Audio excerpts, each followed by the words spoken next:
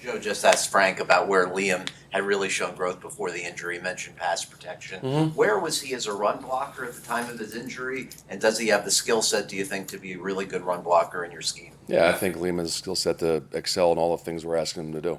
So, I mean, he's got to continue to get better every day, and but I don't see any thing he can't accomplish for us within our scheme. One thing that's wrong is pointed out throughout the season that he's kind of played through some of the various injuries he's had is like changing up his technique and having to kind of compensate for whatever is kind of ailing him.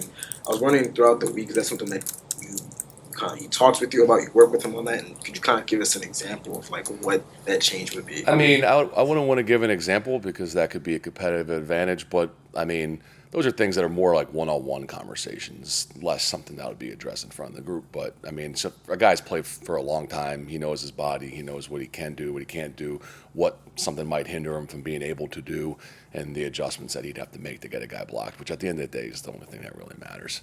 Working with Tehran this year, has it just amazed you that the number of body parts he has had affected this, and he's still playing through it and playing at a high level? Yeah, I mean, for sure. I mean, especially for myself coming from being in the college game for a while, you certainly aren't dealing with a lot of guys that are in their 30s and the accumulation of injuries.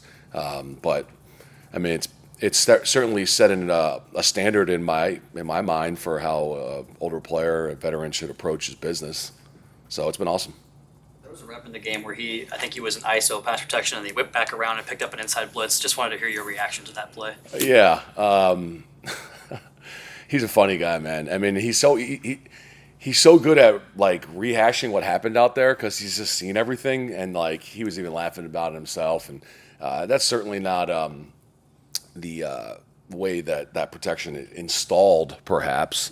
But that's just a great player. Reacting in the moment and getting his job done in a way that not a lot of guys could do. So, How much of his ability is purely physical, and how much of it is just knowledge and feel? yeah, I mean, I don't know how to break that up into a percentage. He's certainly a really talented guy. I mean, we've already talked in here about his combine stats and whatever, and I think and he's a really smart guy, but I think like any veteran player, as they get older, they start to be able to use all those reps they've accumulated and kind of be able to make adjustments and stuff at a more efficient level than a younger player. I mean, it's really just simple as that. I mean, we got Fish in here now, and we and him have had the same conversations about certain things that he can see that when he was a younger player, he never would have saw. So, I don't know how to exactly break that down, but that dynamic certainly exists. How has Eric Fisher come along since you've had him here, and do you envision him getting to a point where he contributes, or only if he? Yeah, I mean, he's come along great. He's a true vet. Picked up our offense very quickly. Super impressed by his intellect and his ability to put in the extra time to get to where he needed to be. In terms of like where he stands on playing or not playing, there's a lot of factors that play into that. We'll see how it goes. Going back to day one, watching his tape when you got hired here to what he put on the tape on Saturday in Buffalo, what's the thing you see about Rob Hunt that has really demonstrated his growth and where he is as a player now in year 3? I mean, Big Rob is obviously a talented guy. He's really big and physical, and I think he's taken that part of his game to another level. Just the physicality, play in, play out, and then I think he's improved a lot on his footwork and pass protection, and being comfortable on what we're asking him to do from a technique perspective.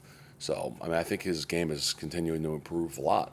Yeah. What did you like about what the offensive line group did in the running plays last week? What did I like about what they did?